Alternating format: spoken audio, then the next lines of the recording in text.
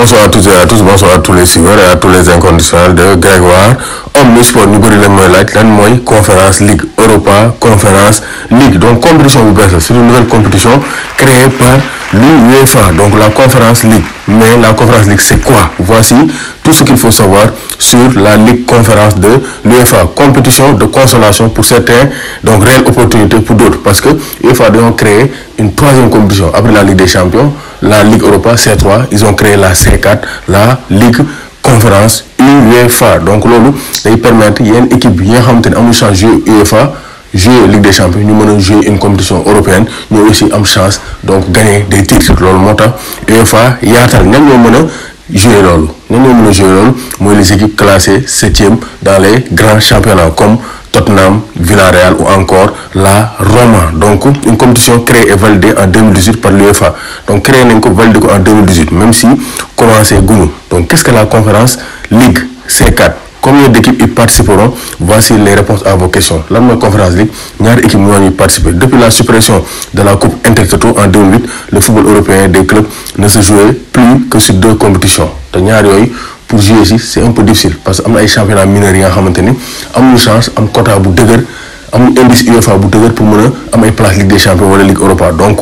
Conférence League bi dina leen permettre ñoom aussi ñuy vibrer au rythme de l'Europe. Idée boobu le UEFA développé pour mën a teg benn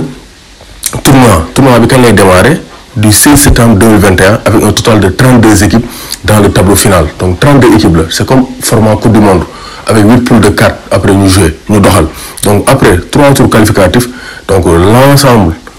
de la compétition va impliquer 184 équipes dinañ impliqué wu donc 46 reversés après avoir été éliminés dans les tours préliminaires donc ñan ñooy composé équipe bi mooy ñi jël ay 7e comme ay Tottenham, Roma, Villarreal ak ñi nga xamante ne dañ leen di éliminer ci tour préliminaire Ligue des Champions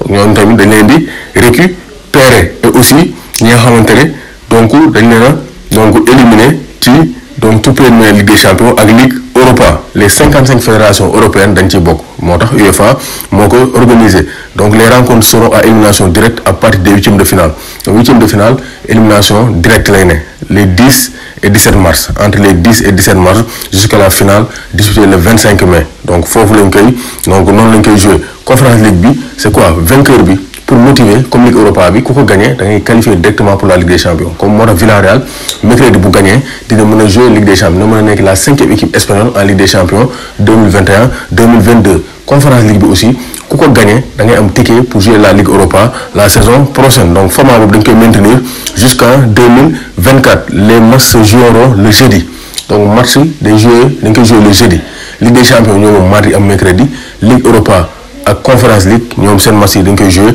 le jeudi les 5 grands championnats disposent chacun d'une place Villarreal pour Espagne Tottenham Roma s'entraîner moom aussi da koy jouer de même que donc Union Berlin fële te Allemagne moo jël 7e moom aussi day qualifier directement pour la Conférence League ce nouveau tournoi rend les compétitions de clubs inclusives que jamais plus inclusives que jamais c'est-à-dire club yu bari nañ mën a am chance disputer une compétition européenne donc c'est à Tirana Albanie la ñuy jouer la première finale de l'édition Conférence League 2021-2022 ce lundi l'UEFA a révélé le design de la donc coupe bi gis nañ ko trophée bi gis nañ ko donc ça c'est très clair donc gis nañ ne on aura une nouvelle compétition européenne nommée Conférence League donc les 5 grands championnats ñi jël 7e wala 6e comme France dañ fay dem ensuite les équipes éliminées lors des tours préliminaires de la Ligue des Champions et de la Ligue Europa dañ fay dem comme ça ñu am un format de 32 équipes comme ça ni mën a jouer compétition jeudi lañ koy jouer en même temps que la Ligue Europa comme ça équipe yi nga xam ne duñ mën a am chance jouer Ligue des Champions wala Ligue Europa dinañ ko mën a jouer nañ leen gën a indil ay yaatal bu UEFA gën a indi ay informations yu leer par rapport à cette compétition mais jàpp leen ne c'est une nouvelle compétition que vous allez suivre avec Grégoire Omnisport.